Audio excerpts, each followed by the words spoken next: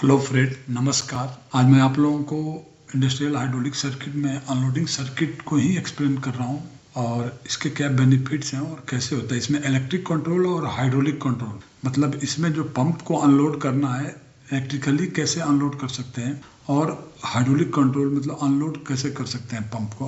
Basically जो unload करते हैं पंप को, उसमें क्या होता है कि हम प्रेशर कम करते हैं। और जैसा कि हमने पिछला बार भी बताया था कि जो हमारा पावर है, पावर प्रेशर और फ्लो, पंप का फ्लो और जो प्रेशर हम सेट करते हैं उसी के बेस पे कंज्यूम होता है।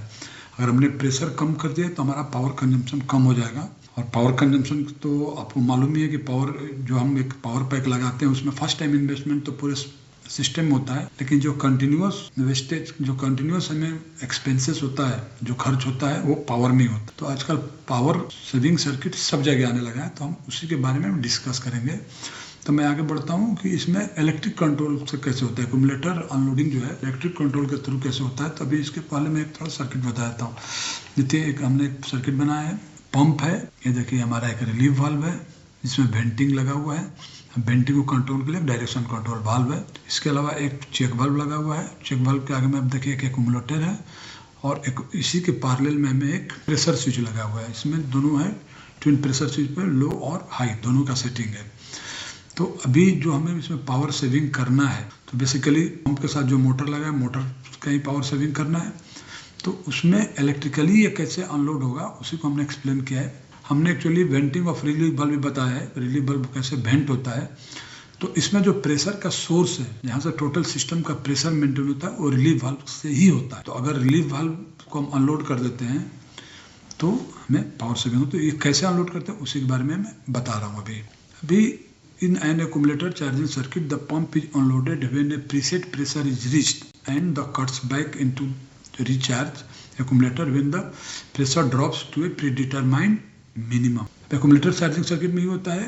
अभी ये एक्यूमुलेटर सर्किट में क्या होता है कि हमारा सिस्टम जो हमेशा लोड अनलोड रहता है। अगर ये चार्ज हो गया, चार्ज होने के बाद क्या करता है, जब सेटिंग हमने कर दी उस सेटिंग के बाद ये अनलोड हो जाता है। और जैसे ही हमें यहाँ की सेटिंग हमको कम हो जाता है तो फिर से लोड पे आ जाता है। मतलब ये वेंटिंग ऑन ऑफ होता रहेगा रिक्वायरमेंट के हिसाब से। तो इसी को और एक्सप्लेन किया है हमने। A spring offset solenoid operated direction valve as shown in figure a actuated by a pressure switch is used to vent and devent the relief valve as required, जैसा कि हमने बताया। चार्जिंग व्यू ए में क्या है, the two micro switches of the pressure switch are interconnected to an electric relay के through interconnected है in such a manner that the low pressure setting the solenoid is energised and the relief valve vent connection is blocked. जैसे ही pressure low हो जाता है उस समय क्या होता है कि हमारा रिलीफ वाल्व जो है, क्या जो डीसी वाल्व है, जो वेंट है, वो एनर्जाइज हो जाता है, उसको ब्लॉक कर देता है। जब ब्लॉक हो जाता है तो टोटल जो हमें रिलीफ वाल्व जो वेंट हो रहा था वो वेंट नहीं होगा और सिस्टम में आयल जाने लगेगा। The pump output flows through the relief valve and check valve into the system where it charges the accumulator, उसमें जाने लगता है, पंप आउटपुट जाने लगता होता है। An accumulator may be used to augment pump delivery or to perform holding operation।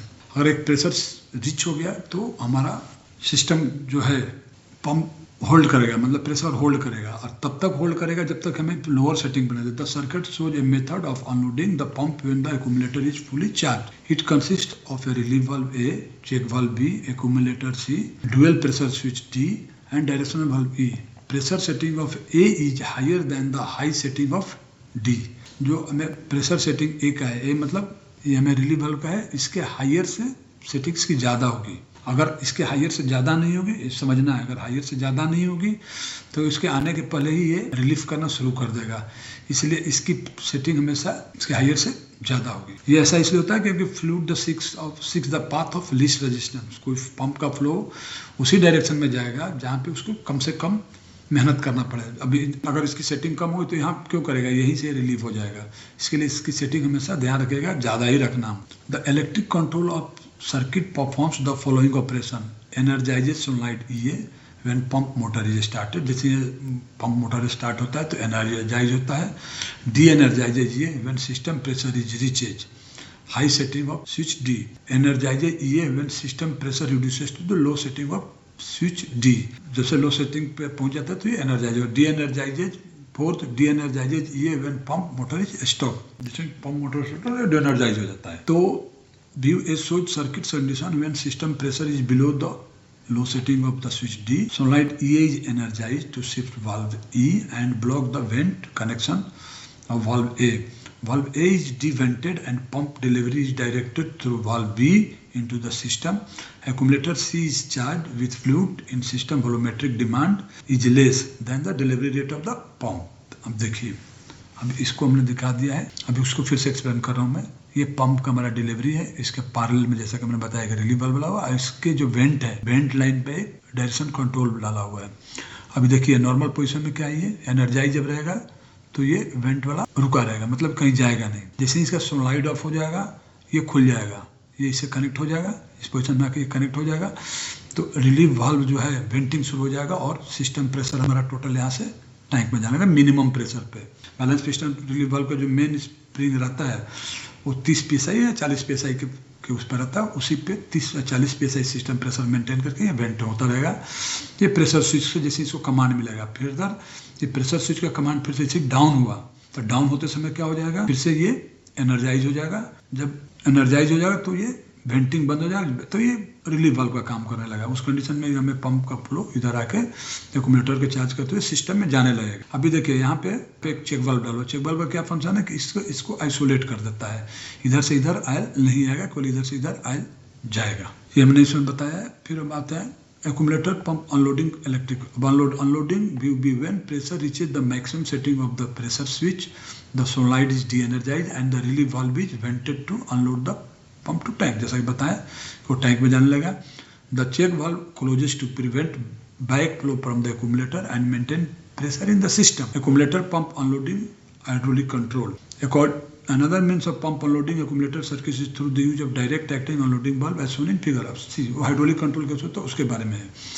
तो इसमें देखिए, इसमें जो फिर से कैसे है, ये लोड पे कब आएगा, अनलोड पे कब आएगा। देखिए अब इसमें जैसे ही हमारे सिस्टम प्रेशर रीच हो गया, ये डीएनर्जाइज होती है, स्प्रिंग इस पुल को शिफ्ट करके इस पोजीशन में लाएगा। इस पोजीशन में देखिए ये बी क्या है, बी टैंक को जा रहा है। जब बी टैंक को जाएगा तो ये वेंटिंग शुरू हो जाएगा और ये रिलीफ वाल्व अनलोड हो जाएगा। मतलब सर्विस हमें पंप का फ्लो है मिनिमम प्रेशर पे, जो भी स्प्रिंग है मेन स्टेज का जो स्प्रिंग है उसके प्रेशर पे टैंक को लाता रहेगा। ये जब तक होता रहेगा जब तक ये फिर से एनर्जाइज का कम, जब तक फिर से ये एनर्जाइज ना हो जाए। तो एनर्जाइज के लिए जैसे लो प्रेशर पे आएगा, प्रेशर स्विच इसको कमांड मिल जाएगी, लो प्रेशर हो गया, फिर से रिले के थ्रू उसको कमांड मिल जाए, एनर्जाइज होगा। अब उस कंडीशन में जब से एनर्जाइज होगा सिस्टम में आयल जाने लगेगा, क्योंकि जब ये एनर्जाइज होगा तो इधर से जाना शुरू हो जाएगा। अभी हाइड्रोलिक फोर्स से कैसे एक्यूमुलेटर, अभी we show the circuit condition when accumulator C is charged and system pressure has reached the higher setting of pressure switch D. Solenoid E is de-energized to vent valve A. The pump is unloaded, its delivery being returned freely to tank through valve A. Check valve B closes to permit accumulator C to hold pressure on the maintain a volume supply in the system. Charging and unloading continue automatically until pump motor is stopped। ठीक है, जब तक pump motor stop नहीं हो तब तक charging होता रहता है, अनलोडिंग कंटिन्यू रहता है। The dual pressure switch provides means to adjust pressure difference between pump cut in and pump cut out. मतलब हायर पे जाते जैसे प्रेशर स्विच हाई पे पहुंच जाता है उसको अनलोड कर देगा, और जैसे लो पे पहुंचता है उसको इन कर देता है, कट इन हो जाता है। The high setting off switch D is maximum pressure control for the system with overload protection provided by valve A. Another means of pump unloading in accumulator circuit is through the use of direct acting unloading valve as shown in figure. Charging view A in the charging or cut in the unloading section of the unloading valve is closed and the integral check valve permits pump flow to be directed in the system. When the system demand is less than the pump delivery rate, flow is directed into the accumulator and system pressure increases. Unloading valve B, when increasing pressure reaches the adjusted setting of the unloading valve, it is caused to snap open. The integral check valve immediately closes. Pump delivery returns to freely to tank through the unloading section of the unloading valve, and the integral check valve permits system pressure to be sustained by the accumulator when oil small। अब इसमें क्या होता है, जैसे system pressure accumulator में हो जाता है, रीच हो जाता है, तो उस कंडीशन में क्या होता है कि फिर से जब डिमांड आता है, मतलब कि जैसे अगर हमारा प्रेशर ड्रॉप होने लगता है किसी भी वजह से, या तो लीकेज है कहीं पे या सिस्टम का डिमांड है, सिस्टम लीकेज तो प्रेशर डिक्रीज परफॉर्म वर्क, तो उस कंडीशन में जैसे ही ड्रॉप हो जाता है फिर से इसको सिस्टम प्रेशर कम होता है तो फिर से ये रिलीफ वाल्व जो है अनलोडिंग वाल्व बंद हो जाता है, बंद होकर ऑयल जो है चार्ज होना शुरू हो जाता है। ये है। अभी देखिए इसमें हमने एक रिजर्वायर लिया है, एक फिल्टर है और देखिए पंप है, मोटर लगा हुआ है और ये अनलोडिंग वाल्व है। अब अनलोडिंग वाल्व और रिलीफ वाल्व में क्या अंतर रहता है? अनलोडिंग वाल्व में जो हमें पायलट आता है कहीं और से आता है, देखिए पायलट चेक वाल्व के आगे से आता है, जबकि रिलीफ वाल्व में हमें यहीं से आ जाता है, यहीं से इनलेट से आता है। तो जैसे ही अक्यूमुलेटर चार्ज हो जाता है, चार्ज होते ही इसको मालूम चल जाता है, ये जो है ना, ये मालूम चल जाता है कि चार्ज होने के बाद ये जो पायलट है यहाँ के इस रिलीफ वाल्व को, जब भी नॉर्मली क्या रिलीफ वाल्व जो नॉर्मली क्लोज है, जिससे आता है तो ये इसको प्रेशर में दबा देता है स्प्रिंग के अगेंस्ट में, जिससे दब जाता है तो ये इनलाइन हो जाता है। जिससे इनलाइन हो जाता है तो पंप का फ्लो सिस्टम में जाने लगता है। ये तब तक जाने जब तक ये स्प्रिंग फोर्स से जो हमें सेट किया हुआ है, इसे जब तक ये ज़्यादा रहता है। जैसे ही कम हो जाता है तो कम होते ही ये प्रेशर यहाँ पे कम हो जाए। जब प्रेशर कम हो जाता है तो ये हमें जो हमारा वो है स्प्रिंग, इसको फिर से बंद कर देता है, बंद करके फिर से ये ऑयल को चार्ज कर देता है। तो ये कंटिन्यूअस प्रोसेस चलता रहता है, पंप लोड अनलोड होते रहता है। अगर बाई चांस सिस्टम में अगर एक्यूमुलेटर आपका बराबर चार्ज नहीं है, अगर गैस फील्ड एक्यूमुलेटर है चार्ज नहीं है, तो उस कंडीशन में कहा कि लोडिंग अनलोडिंग बहुत फास्ट होगा। अगर आप बराबर इंस्पेक्शन करते तो आपको मालूम चल जाएगा कि हमारा लोडिंग अनलोडिंग बहुत जल्दी हो रहा है, तो मतलब ये आपका एक्यूमुलेटर होल्ड नहीं कर रहा, मतलब एक्यूमुलेटर में गैस है ही नहीं। उस कंडीशन में क्या करेगा, आपको एक्यूमुलेटर को चार्ज करना पड़ेगा। अभी इसमें देखिए ये पंप का हमारा फ्लो गया, अब देखिए इधर से चेक वाल्व के थ्रू इधर गया और चेक वाल्व से ये एक लाइन आ गया इधर, और ये रिलीफ वाल्व को ये दबा के रखता है। ये एक्चुअली एरिया रेशियो पर काम करता है, जैसा मैं अनलोडिंग सर्किट में बताया है। तो जैसे ही ये इसको दबा देता है तो इधर का प्रेशर ड्रॉप होता है, तो ये ऊपर उठ जाता है, ऊपर उठते ही इसको अनलोड कर देता है।